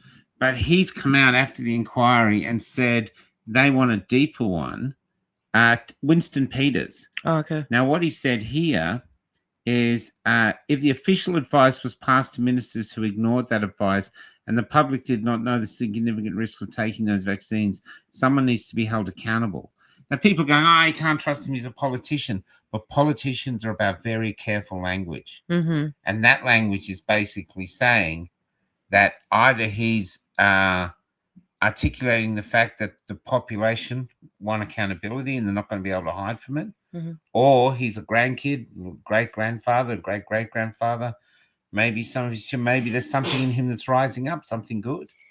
And so, but the thing is, that's another huge statement to make from a major politician, that they want accountability, because what they found is they have a Freedom of Information Act that the coroner in New Zealand told the health minister, COVID is not that dangerous, not that transmissible. So they knew before they exempted themselves that the vaccine wasn't necessary. Yep. And we also know from Dr. Zelenko that ivermectin, hydroxychloroquine, zinc, vitamin C, they could have knocked COVID's head off, no problem at all. So we're being lied to, mm-hmm. and the lies are continuing. So here's where we are. I think I was actually going somewhere else with that, but I don't know where that was. So, yeah. Yeah, so Winston's a good guy, says Christmas. Yeah, well, it's like all politicians. Some people are going to hate him. Some people are going to like him. And now Jacinta's in Australia. She's bought a stable in the Northern Sherbs somewhere. Yeah, you know? I wrote somewhere in Sydney, isn't it? Somewhere in Sydney. Yeah. Wrote an article about that as well. That's Trump, apparently. Yeah, so I think what I'm going to do is because I've got mountains. So while she's waiting, this is where we're at this weekend. Just look at it. Come on. Yeah. I've got trash bags full of PCR tests, because remember, they were giving them out for free at shopping centres, at train stations, just to get rid of them. Yeah. So I've got trash bags full of them. I've got piles of flyers from protests and campaigns and all sorts of stuff, which, are time sensitive, so you couldn't hand them out now anyway. So I think I'm going to, fires are very cleansing. as is the ocean and all these sorts of things. I think I'm going to I should rush home with a big bushfire. I'm going to have a fire. I'm going to have a Probably not cleansing the day to have ceremony. a fire when you've got a huge bushfire burning down. And I'm going to burn it all. I think that's going to be very cleansing Yeah. for my soul, Yeah, I do too. actually. So, Yeah. you know. But it's hard. I know there's other reasons why you can't move on, but we're always going to be different. Yeah. There is, I call it ACBC now. So it's or BCAC, before COVID, Yeah. after COVID. Yeah. Our lives have changed, and whoever's behind this, we're not going back. No. So it's almost one thing you got to let go of is your past. I had the same with theatre. Other people had the same with their careers. You know, you just got to realize, you know, that's just tough luck. That's just how it goes now. Yep. You know, and the future, I've got a thing saying now that it's a bizarre saying that the past is now unwritten. And so that means the future's unwritten. Mm-hmm. And what they're doing back is they're stripping our future. You go to Facebook, they're removing our future, our past.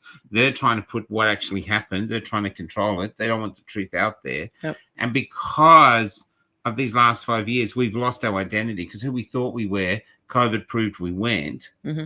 We know we weren't those people. Yep. So we don't have a past anymore. True. It's a story up for grabs to be defined. I think that's the reason all our interviews are really important. They're actual people and like talking. your book as well. So we're here that we don't have a past. If you don't have a past, you don't have an identity. How do you fight for the future? Mm-hmm. So they're sort of attacking the future by destroying our past. And this is why we have to keep talking. This is why I had a guy reach out. I don't know if he's watching. I probably met him somewhere, and he told me a story. I said, you should write a book. Write a book. He's written 3 now. Fantastic. And so he's going to get in touch with me when he's ready to put them up. But this is how it is. Books, getting our literature down. I think for the next time we have Camp Epic in February, I think maybe we put out a call that people write in 1,000 words of what their experience was there. Yep. That could go into book. And we literally have to start remembering who we were. Yep. And what we're actually fighting for. And there's ways to come back from that. I mean, if we can really remember that we're larrikins, then the way to move forward is to start being larrikins again. Mm-hmm. They can't arrest all of us if we start taking the piss. Yep. There's not enough jails. And there's certainly enough things to take the piss off. And we just do that, you know. And so it's this different, strange way to fight. It's like propaganda. And as I said, we know own truth-ganda, which is something my Anna bought for us. So she's got it there. So moving forward now, like I'm here in Perth thinking I'm stuck here in Perth. What am I meant to do? But I really do believe that there's a force of good on our side. I really do believe that. Oh, yeah. Yeah. And that here we are, we're pawns in this battle, but we've chosen a side. Mm-hmm. And it's like Richie came around the other day, you know, people trying to get him to back down, but he can't back down. You know, he just can't. No. This is too big a fight. No, you know? No. Absolutely not. Yeah. Anything else you need to go off your chest? You going to do it yourself from now on? Yes, I am. I'll make sure that I well, you're stuck in Perth now, so I can get my instructions directly from Master MGG. But I'll make sure when you are able to get out of Perth that I give you a call. Yeah. Every time I want to have an independent thought, I'll just run it by you first. I actually think we should start celebrating the fact that we have difference of opinion. Yep. I actually think we should start being seen to debate openly, because the other side cannot debate. Yes. So if we're arguing over things we have different, that's, I think, is healthy. Yep. We still have the ability to be mates and have different opinions. Yep. You know, about Palestine, about anything we can. You know, I think too, as I've been saying it before, I'm really believing that the beauty of Epic is that we all came together. We'd lost everything, had everything stripped away. When we came together, we were loving each other and we glowed. And I think and I think all the people were watching who couldn't reach there could feel that luminosity. And I think we should take that light out there, because I'm writing in all my books now, darkness fears the light, and the brightest light, the brightest light is the truth, and that's why we must keep searching for it. And I don't have the answers. No. I don't even sure I have the right questions because I don't know what I'm dealing with, but I'm willing to keep searching for it. So what's in the Yeah, light so coming the well, this is the current edition of The Light Australia, issue 22. You can read the digital copy at thelightaustralia.com, or you can order the paper. Yeah, so we've got some different articles about obviously, the climate scam. There's a paper that was used to about the problem with our climate. That data was used to shape a lot of policies around the world in regards to climate change, and that paper has been redacted. It has been found to be filled with incorrect data. So that's the article that's on the front page. The Great Climate Retraction. But as I said, you can go along to thelightaustralia.com and you can read the digital copy or order the paper or become a distributor, actually. We met a 95-year-old in where were we, Kelly? In where Barry lives, Donnybrook. Donnybrook. A woman came up to us, her children and her. She's 95. She distributes 500 every time it comes out. Oh, fantastic. She's 95. There's now the other thing too about climate change. This is something I really want to talk about, actually. This is for hope. Now they go climate change, and climate change is basically going, you're going to destroy the planet, you're all going to die. COVID, it's going to destroy the planet, you're all going to die. Now we have AI, you're all going to lose your jobs. And then I found this guy, and I've played him before, but he's a bit hard to understand because his Indian accent is very thick. But I've reached out to him. Come on. Than hiring a person. It's not. The math. Everyone was. So he talks really fast. So first off, he says everyone thinks AI is cheaper than hiring a human, and he's claiming that they're not. So listen to this. His point of view is amazing. If I can figure out how to work it. Go. Everyone assumes AI is cheaper than hiring a person. It's not. The math proves it.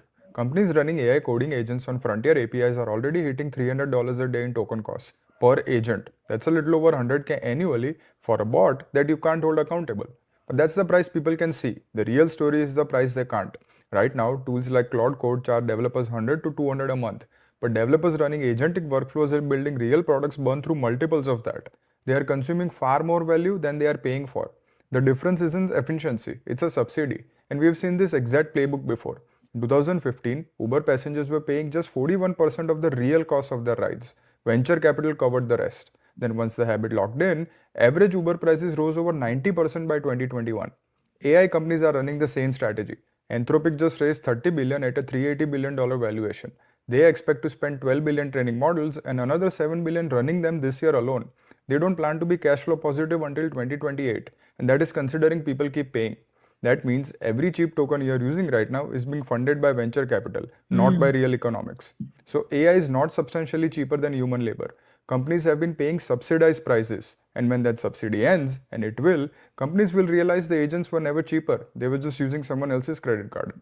If you found this insight helpful, hit follow. See you in the next. This is the beauty of having an army of podcasters. Yeah. I see a lot of new podcasters come out, and I think one of the problems they'll fail is separately, there's just too much to consume. Yeah. Where I'm sitting at night looking through anything to anyone who might be interview, I come across that. You're doing the same, you come across that. Tom Wayne, Mark Batts, or George Keswick, he comes through this. So a group of podcasters, because there's so much to go through.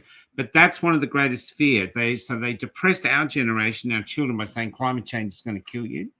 Now that's failing, and they don't care. They go straight to AI. Oh, AI, you're not going to have a job. Well, maybe you will. It's just a con. It's just one con after another by big business just wanting to make more money, and they do not give a flying F about you, your children, or anything. You are nothing to them except a way to make a crust.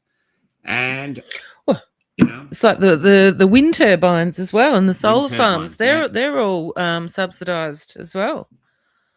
Robyn, I was interested to hear Graham Hood say you sent a message to Hoodie your happiness about Carl coming out. I can read you my message if you like, because I've spoken to Hoodie about what I think about that. Where is it? I tried to come out, but the gay community said they were happy with the relationship that I was in the wardrobe, and they decided to keep it that way. So I said, I'll read you the part that's pertinent. I said to Hoodie, I've had many people reach out to me regarding my position on Carl. The positive is mainstream conversation. I do acknowledge this. So I was acknowledging to Hoodie that with Carl saying that, it puts the conversation in the mainstream echo chamber. Hello. if you like. Yeah. So, it's a little bit different to my happiness about it. But there's an interesting thing, there's look, who's to know? So I'm just trying to use this thing here that seems to be going on and off. Like we said, Carl might be dubious. Like, even though he got 150,000 followers on Facebook, well, Jacinta just got that on her Instagram. It's turned out it's all bots. Oh yeah, of course. So that 150,000 could not be, they've just got the money to come in. But the thing is, this is not a place for money. Look at all the podcasters. No one has corporate ads advertising on them. No. And if they get corporate ads advertising on his, people are going to go, why do we need ads? We go this. And the other thing too, which is really interesting, is everyone he's interviewing, our community's interviewed numerous times. Mm-hmm. Rennick, everything. Yeah. So he is getting people to see it who've never seen it before. And those are, and he's probably not going to be blocked on Facebook or censored like we were. But if he pushes it, who knows? But I know. At first I thought maybe this is time for us. Look, I don't know. We'll just see how we go. I mean, basically, we're living in the era of the death of MSN, because it'll just be the really old people who are watching it because they like the people and they're used to it. But the kids, no one believes them. Yeah, they've lied too much, and no one stays in a relationship once they found someone sleeping around. At some point they go, enough's enough. Same with the gambler. And I think they've abused us so much that I think bit by bit we'll just move away from them and they'll become irrelevant. And so we might see podcasts, and we might see Carl and others like Tucker Carlson. Maybe podcasts are the way forward until something else comes along. Yeah, well, I think even the wake up gently. Thanks, Anthony. Even the small people have woken up to the indoctrination practices of television. We had a show on ABC Kids the other day. Big long story, but anyway. And there was a question put forward by a small human saying, why do they change the color of all the characters when they used to be a different color? Yeah. And I thought, what a very observant. What color character? Well, like Ariel. Who's Ariel? In a new show, they literally. So like Ariel was originally white with red hair. They kept the red hair. What's the show? It's a kids Ariel. So it's a kids show. They're changing the colors of the Ariel show. Yeah, Ariel the mermaid. Ariel the mermaid's been changed to what color is she now? Rainbow? She rainbow? She rainbow? No. They didn't change like her. Purple? No, not purple. They changed her to black. Black? She was originally white, but they kept the red hair and just made her. Oh, the character became black. Yeah. Yeah. Oh, so in a new show on YouTube. So she used to be a white mermaid, now she's a black mermaid. Yeah, in ABC Kids. Wow. And that wouldn't wash off in the water? Oh my God, I can't believe I You're terrible. Little I'm going to jail. Jane's just asked, where have you been, Robyn? You just disappeared. I did an update last week. I got sick in February, but apart from that, I've had a really stressful time over the past few weeks. So I just haven't been able to maintain my usual timetable. But this week I'm back at it. So I'll be interviewing somebody tomorrow, and that'll go up as well. And yeah, so that explains that. But yes. So there you go, everybody. But I've got a medical coder from the US. Her name is Zoe. She's going to come on and she's going to tell us all what she saw during ye olde COVID war with the medical codes. You know, when people came in with a jab injury, but they coded it as something else. Thanks, Bella. Yeah, that's well. The other thing too is I'm here. We're talking to Richie about doing some sort of more better looking interviews because he's so great at what he does, and maybe interviewing might even do it here or somewhere where we can. Yeah, it's we bought this thing. It looks like it's crap. There's but if you've got a story, we're here. We're in Perth. We're stuck here now because of the fuel. So if you want to reach out and tell your story or have it captured, let's tell it. And I think the reason to have it captured, you think, oh, I've got nothing to offer. Well, you do, because they're erasing history. Yep. So if you went into hospital and you saw that the hospital was empty when the people were saying it was busy, let's capture it. Mhm. Let's capture it, not for us here now, but for future generations to show that they lied, and they lied to everyone. They were lying to everyone. They were lying to you. And so we should get this up because what was that thing there? Oh, there's Max. I've got three people ready to tell their story. So to me, we should get going there and capture it. Because the other thing about WA, the rest of the country, this might be a bit shocking to Western Australians. They don't give a fuck about you. No. We don't, unless there's like a mass killing, we don't see any of your news. Mm-hmm. The Fisher thing is literally not made a skerrick over there, as you know, a ripple. No one cares. This is reality. Yep. And so yeah. Marion, if you wrote lots of stories, put them together, come on, let's see if we can get them published and get them on the Banned Book Company. Mm-hmm. It's time to concentrate. I think we've spent years and years now trying to wake people up. Now I think it's the time to cement who we are. Oh, yeah. It's time to cement who we are and get down, this is what we're doing, why we're doing it. Yep. And I think history is so important now that we capture it and we look back. Because, I've got hard drives with tons and tons of interviews with people. And you look back and you find all manner of things that people have said, you know? Yeah, so Laurie's just asked about the fishing ban in Australia, in Western Australia. I can confirm it. I've been to press conferences about it. We've written an article. We've got Senator Tyron Whitten from One Nation. He's written an article about it in the Light Australia. It is definitely real. And the really unfortunate thing, which I didn't mention, and I will very quickly because it is important, is the mental health of these fishermen. Yeah, they're going to be suicides because they've bought fish huge ladies. boats, huge ships. They're Right. huge. To get into the industry costs a huge outlay. We were talking to the Mackay Diva people in Port Lincoln about it. But if there's fishermen out there, if you want to come and capture a story, we'll capture your story. Anything like that, it's a time to capture it. Same with farmers. And so around. So we're just trying to capture what's actually happening. And if you can't get any ears to listen from the mainstream media, well, we're here and this is what we do. So we'll be at Topolini's talking about the future here, our greatest asset. And I'll give you a clue. I think our greatest assets are each other. It's a joy to be with Robyn. We do a lot of things online. And to be honest, we've worked together. How many meetings do we have? I think I can count on one hand. And what do we do in those meetings? We just laugh and piss fart away through it.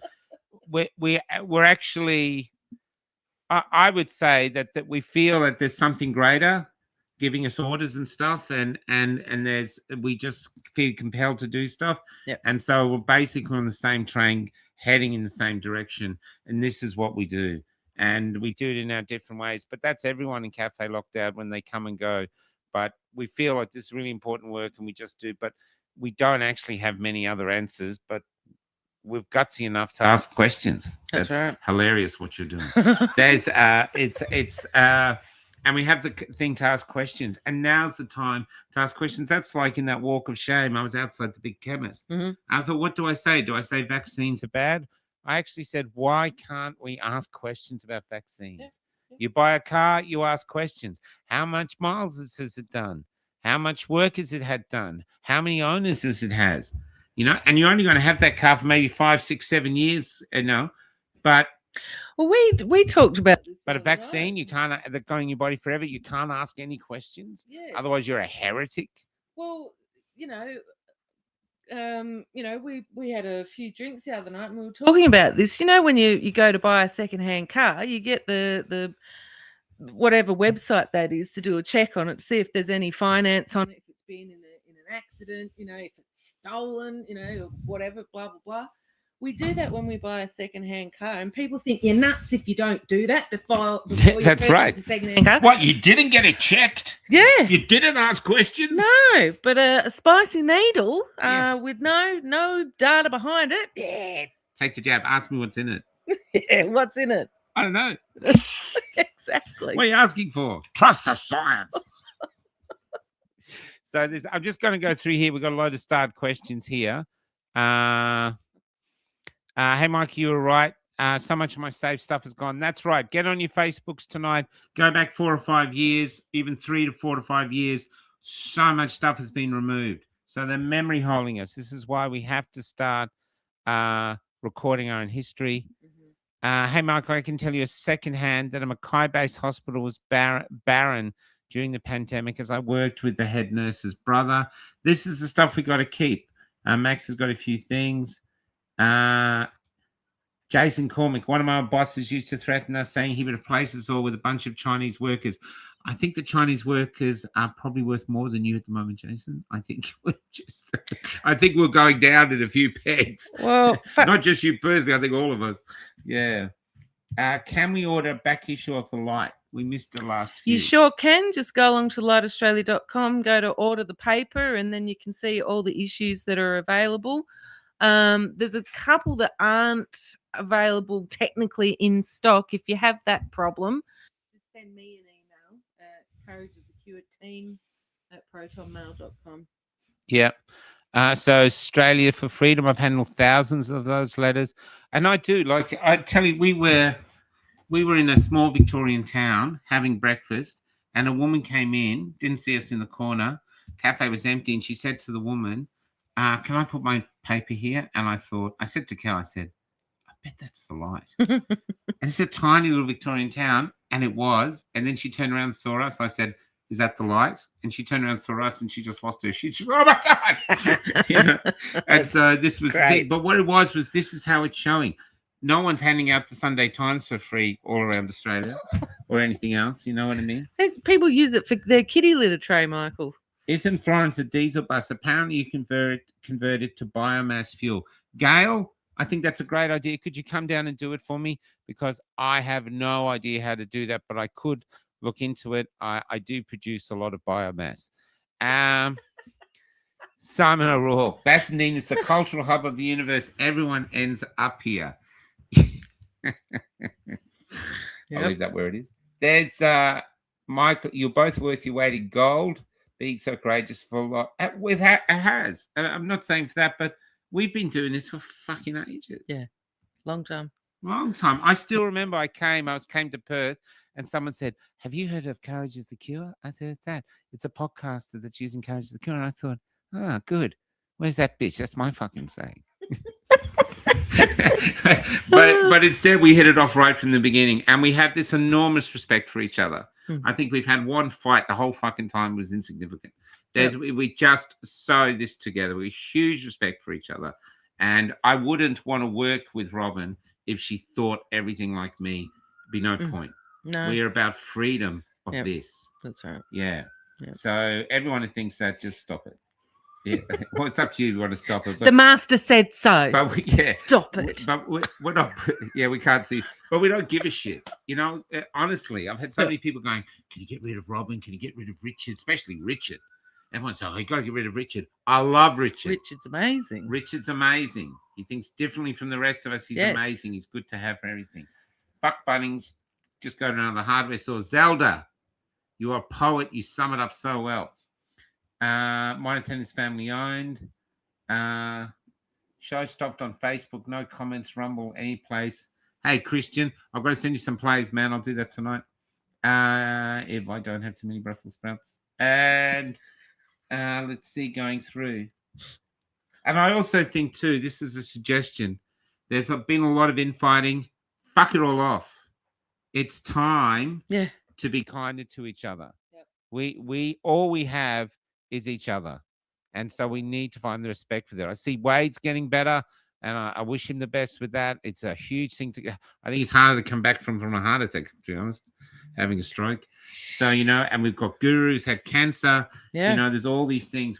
And we're going to face more stuff coming on. Yep. And so, yeah, so that's about it. Oh, there's Paul Oosterhouse. Hello, Paul. Imitation is the highest form of compliment. Carl is imitating us.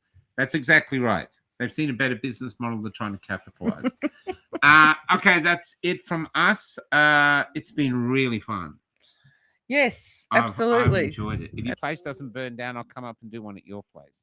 I know. I'm just waiting. My hubby's just messaged me, so our house is still there. It's a good sign. It's a good sign. This is the part of Matt Finlay. G'day, Matt. This is the part of living in Perth. It's a tinderbox. Especially where I live. Yeah. I would love to, Michael, I would love you to do a Where Are They Now show with Joel Gilmore. Yeah, I have reached out to Joel. Joel's very quiet. He did that film, and he's there's a lot of people. But what I think, they take breaks. They go away thinking, I don't want any part of it anymore. But they sort of come back. So, yeah, we have been doing as much as we can, Mish. We go to places and try to interview the people who've been interviewed before. A lot of them. Carl needs a bus. Carl needs a bus. His will have a toilet. That's how you know the difference. That's how you know the difference. And but a lot of people don't want to talk. Yeah.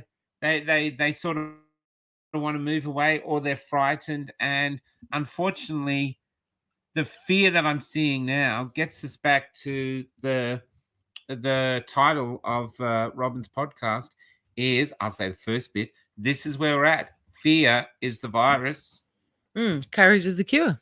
That's it. It's that simple. That's the truth. Yep. It's that simple. And they're trying to frighten us with AI, war, everything else.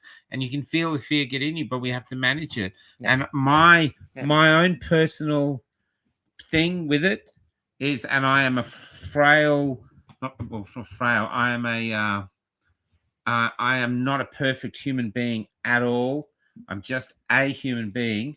But as much as I can, I want to get through this and remain a decent, empathetic human being. That's my goal in this fight, where that's the only power I have, is to not become full of hate, not become full of bitterness, and actually try to give. And I think if we give and we keep giving in any way we can, but at the moment, I do recommend that we are gentle and kind and respectful to other members of the movement, because we've all earned the right to be respected. If you're still plugging away now, we have all earned the right to be affected. And anyone who says different, anyone who attacks us publicly in the movement, attacks us online, well, I would suggest they're being paid by someone, and it's not by us. So time to look after each other. As Ben always says, great show. Thanks for stay frosty, free bees. And we've got the free bees. We're going to be putting some ads up. We've got a load here that came to Perth, so we'll get those out again. All right, everyone. Let's play a song. So I've got I can't play that. Everyone will hate me. I'll play this. This is ironic now because we don't have any fuel. You're not going to have any fuel. but we're on Freedom Road. Just pushing the car.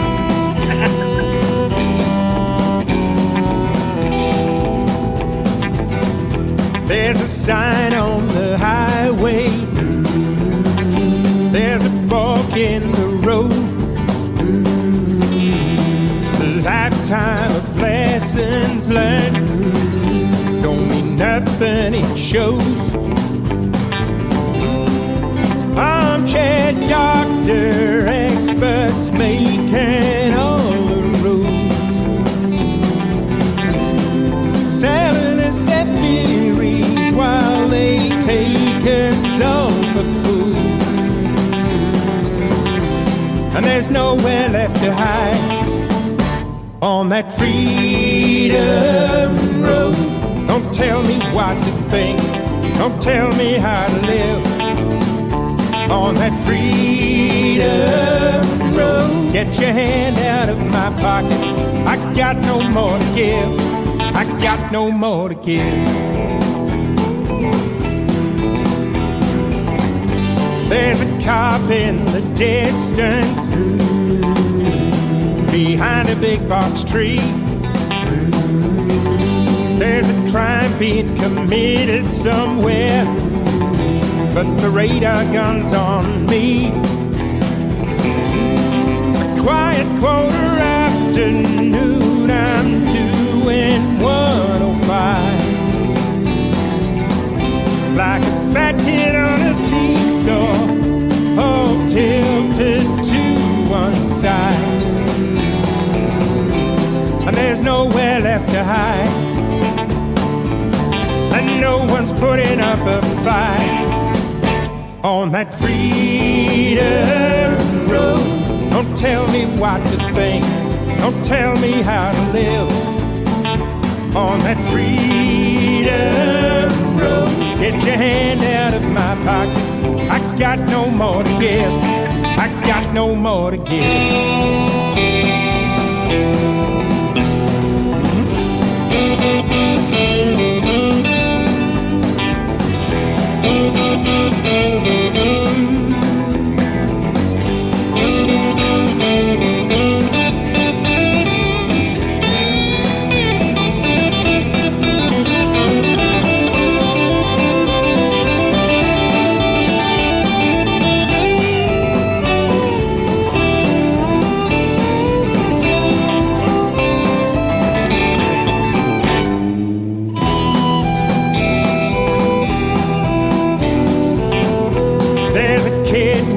Clipboard,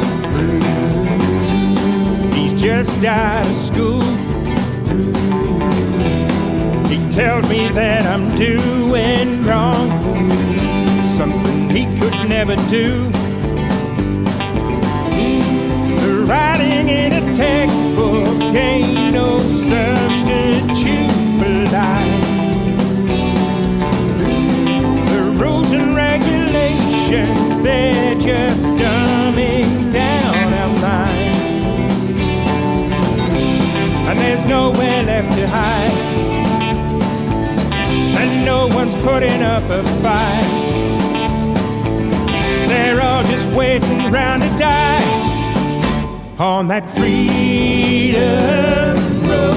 Don't tell me what to think, don't tell me how to live on that freedom road. Get your hand out of my pocket, I got no more to give on that freedom road.